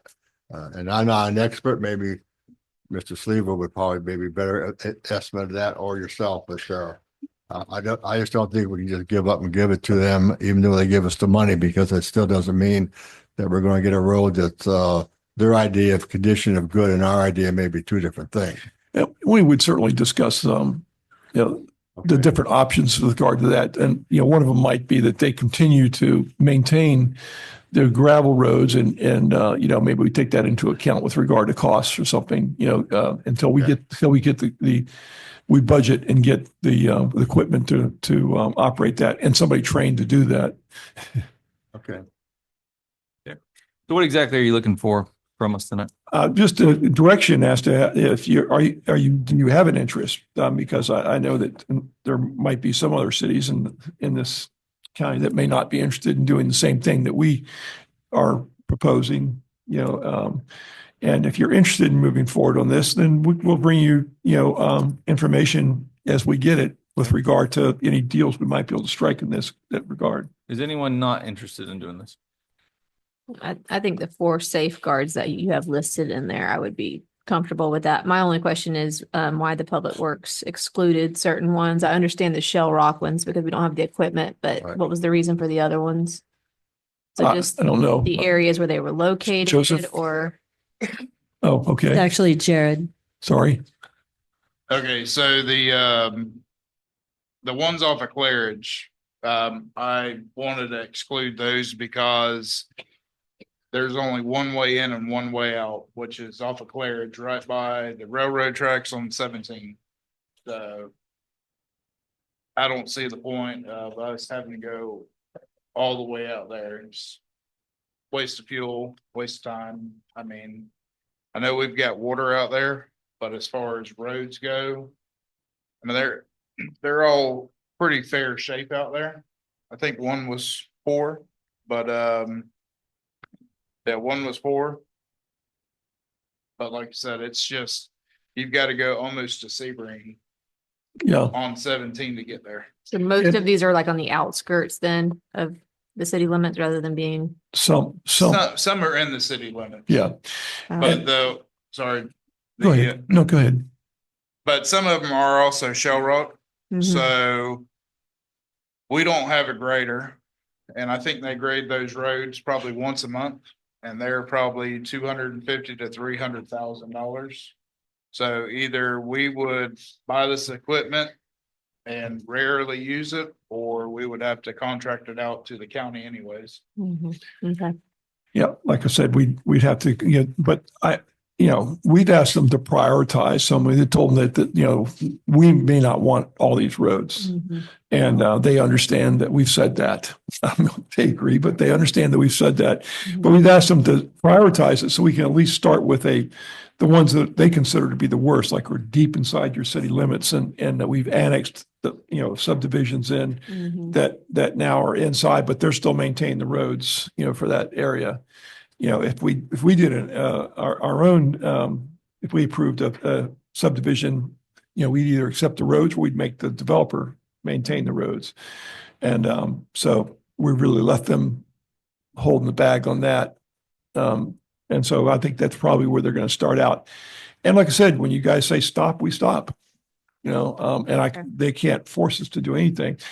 We do have the alternative as well, that if we do close up some of the annexation enclaves, they have agreed to work on the ISBA to the extent that we can develop the Memorial Drive area so that that's not locked up, because as I mentioned in here, that that area, although it's not an enclave, they disagree, but it's not. And if we do annex one of those parcels of property in there, it closes it up and it does become an enclave at that point. So it'd be nice to be able to continue annexing, which contrary to the ones that they've disagreed to. And when I say disagreed to, I don't mean the ones they disagreed to because we didn't do the roads, because they've got no, that doesn't mean anything to me, other than the fact that we're going to have this discussion we're having now. But the ones they disagreed to because they would create an enclave, which were justified, disagreements. Well, they consider the entire memorial enclave? Yeah, the memorial, it's not, they consider it an enclave, but it's not. But they're right that we can't annex anything else except maybe deep inside that area, where it wouldn't create an enclave then, and then that would be prohibited. So that's why they on 2 annexations, they've disagreed and said, no, you can't, we'll disagree with that. And it was a valid, justified disagreement. But now with the ISBA, the contiguity and enclaves are not an issue because we've worked out those agreements in the ISBA. And for the young man that spoke of the different roads, and one of the ones that he said that he wasn't considering because it was one way in, did you consider any of the shell rocks? I mean, how were you looking at the shell rocks? Should it be something we should be considering, or did you get a chance to ride to the different roads and look at them? Yes, ma'am, I did. The shell rock, like you said, we would need a grader, or we would have to coordinate with the county and pay them to maintain the roads for us. I don't really see purchasing a $300,000 piece of equipment to use it for 2 roads once a month. So it's just 2 roads? Well, 2 shell rock roads. Okay, and you're not really considering neither one of them because they are shell rocks, right? Yes, ma'am. Okay. Well, it may be your decision ultimately just to simply say, we're not going to do shell rock roads, but if they want to negotiate in good faith with regard to the rest of them, we'll talk about it. I think at this point, everybody's interested in getting more information. So. Yeah. Okay. Is that as clear a direction as you need? I don't think we need anything more at this point, but I think what we need to do is direct them back to, prioritize, 10 roads that they want to do, over the next year, and we'll start discussing them. Very good. Yes, ma'am. Just give your name and address in the microphone there. My name is Tracy Malloy, and I live at 2959 West Gordon Road, which is, they say it's outside the city, but I'm 1 block over from a road that's not outside the city. And those roads are paved. I've been living out there for 21 years, and we've asked the county to pave the road. And every year we get together as a group and go to them, and they say they don't have the money to pave it.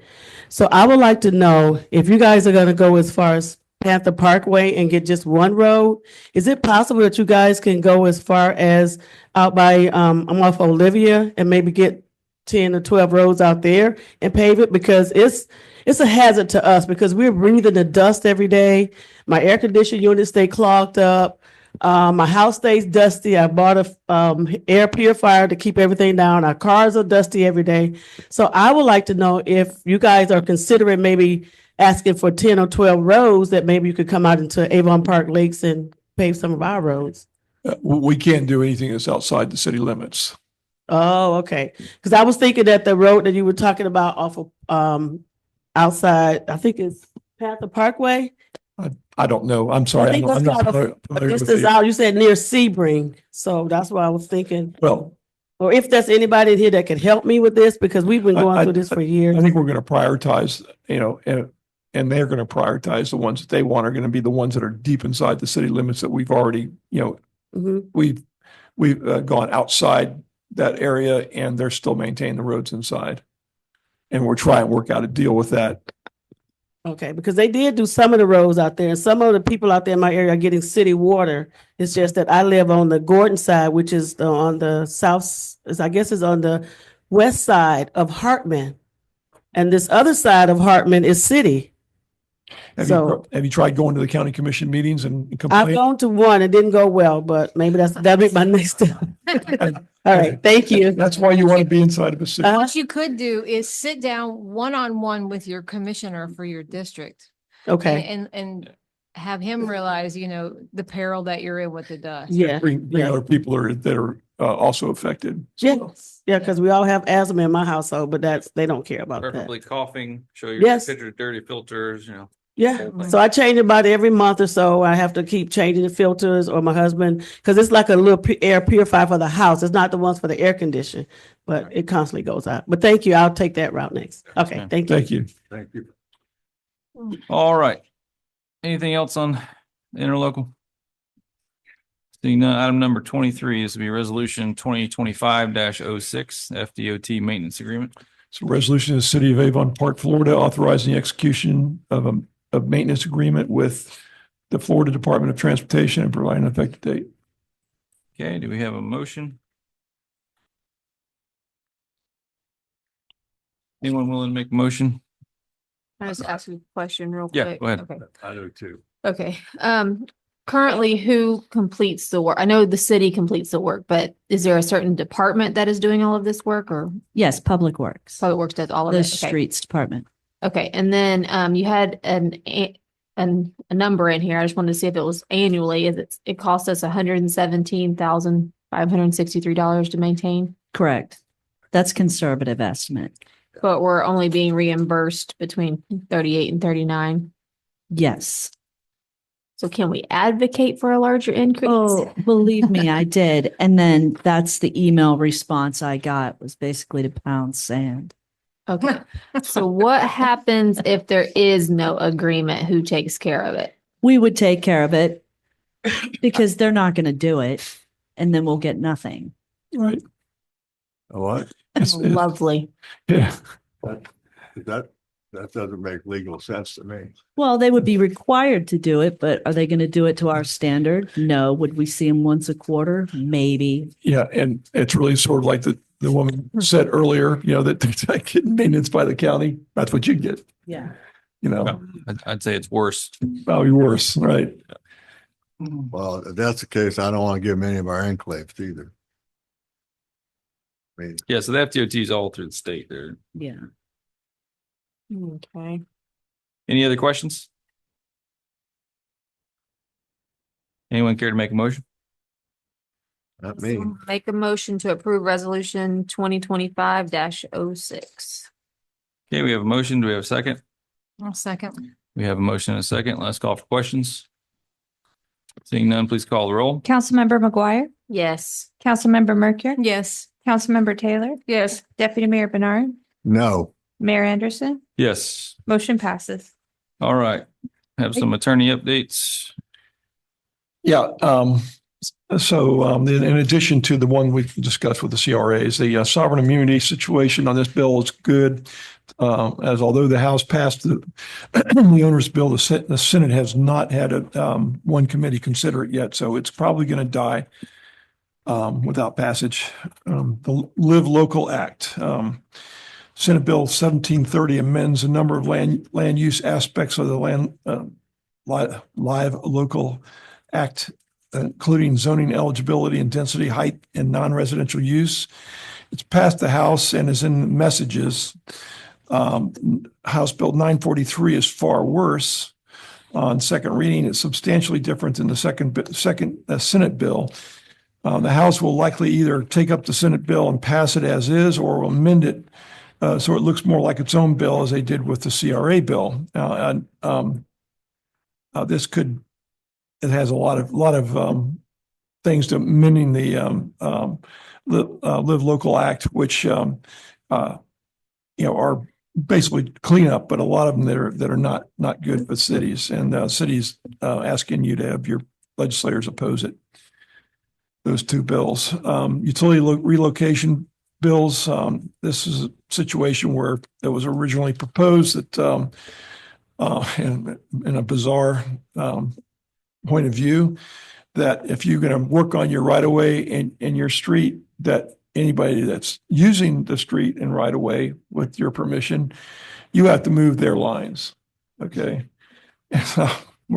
Which would, as you can imagine, is probably going to be would be hundreds of billions of dollars of impact on Florida municipalities in the future. Fortunately, that's been eliminated, and now $50 million annually will fund the cost of relocating utility infrastructure when required by local government, and that's anticipated to pass this week. Homestead exemption. As you recall, there was a really, really bad proposal for homestead exemption where they were going to raise that limitation, which some of the cities I represent would not even have a residential tax base anymore based on what they were proposing. But it appears as though that's all gone now, but they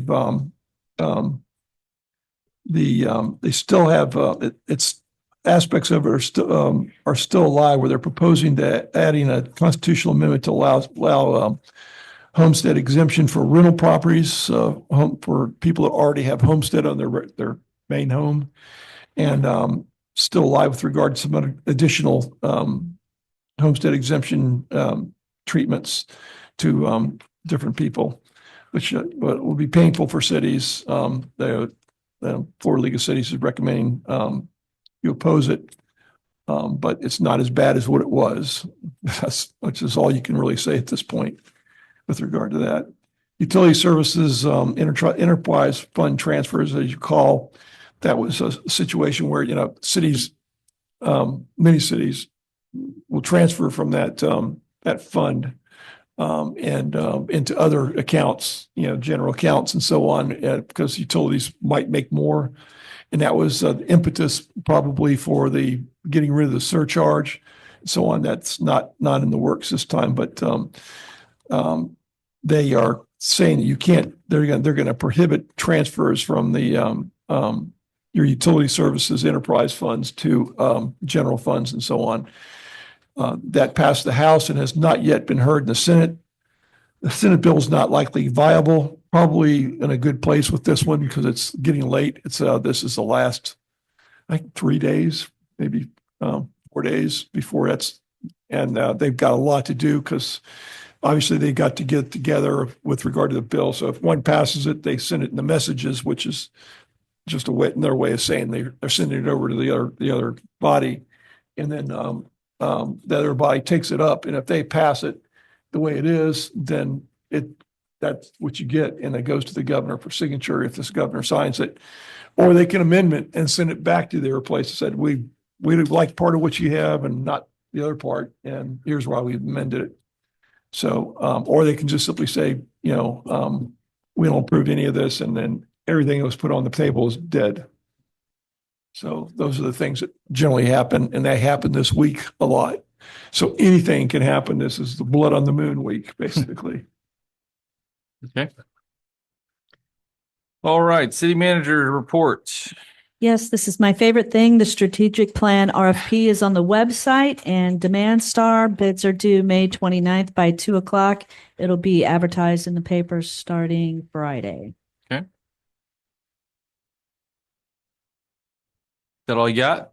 Well, geez. that was Okay, fun. I just have one thing off topic. We do have one sign up. Okay, and Jared, can you look and see about the pothole that's on Bell Street that's right beside Burger King and the little nice fruit stand? I don't know if it's the semis that are causing it. I don't know if it's our responsibility or theirs, but it's big enough that you could probably give it its own zip code. Okay. Yes, it is. Okay. All right, Mr. Tom Macklin.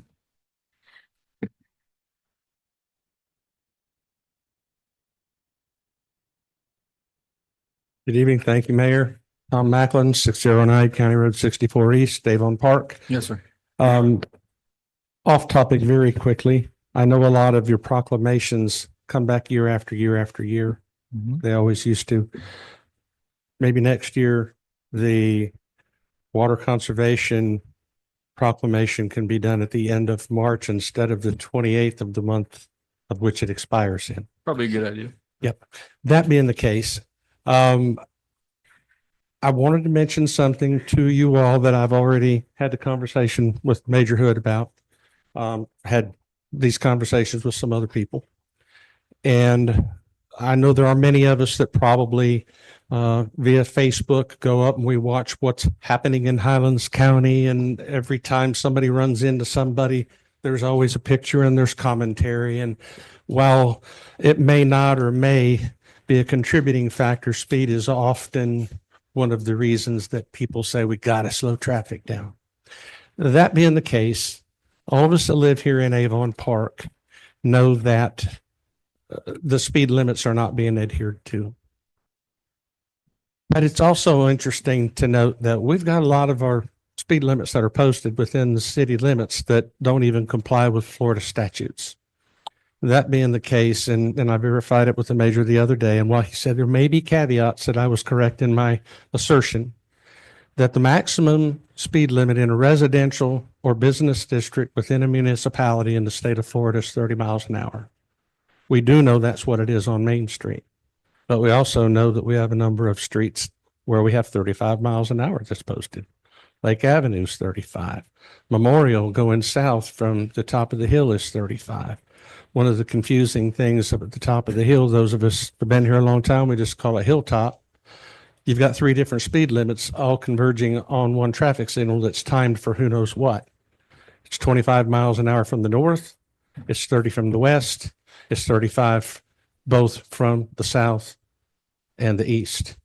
And I just want you to take into consideration that I believe even past the old Freeze King, I may be wrong, I believe speed limit jumps up to 40 miles an hour down there. I think it's 45. Okay, maybe even more. But that's still a residential district within the city limits of Avon Park. And so I'd like you just to give consideration to maybe doing a study to find out how many streets do we actually have within the city limits of Avon Park that have a posted speed limit in excess of 30. Also taking under consideration that the official speed limit, according to Muni Code for the city of Avon Park, is 25 miles an hour unless otherwise posted. And so I just want to throw that out there. There's a lot of kids that get out there and play. Summertime's coming. When we have spring break, I mean, they're everywhere. And I know there was some concern about even amending some of the parking spaces on Main Street in a way to slow traffic down and make these areas a little bit more walkable. I think that we could maybe take a step in that direction just by making sure that the posted speed limits that we have within the city limits are within the parameters that are established in statute. And if we even want to drop them a little bit more than the 30 down to the 25 that we've adopted as a city, maybe give that consideration. So I just want to toss that out there for your consideration this evening. Thank you. Okay, thank you, sir. All right. That concludes our regularly scheduled agenda. Is there anything else for the good of the city? Seeing no one. Kamala, what you got? Come with a note of thanks. So I represent Kamala Long. Oh yes, Kamala Long. I'm going to say 20 South Verona. because I'm here amongst other Rotarians, and I feel where two of them are gathered, I can give authority to have a note of thanks Okay. to the City of Avon Park, especially Public Works Department. Jared was on speed dial, and he constantly came over and helped out with whatever we needed. Our Blueberry Festival was super successful. As the chair for the last 2 years, I just want to say thank you to the City of Avon Park for your participation and help, for all the things that you do to promote these types of activities with closing the roads, ant hills, all the different things that you dealt with. I just really appreciate your team, Jared, everything y'all did to support us, and that the city does to support events in Avon Park. Thank you so much.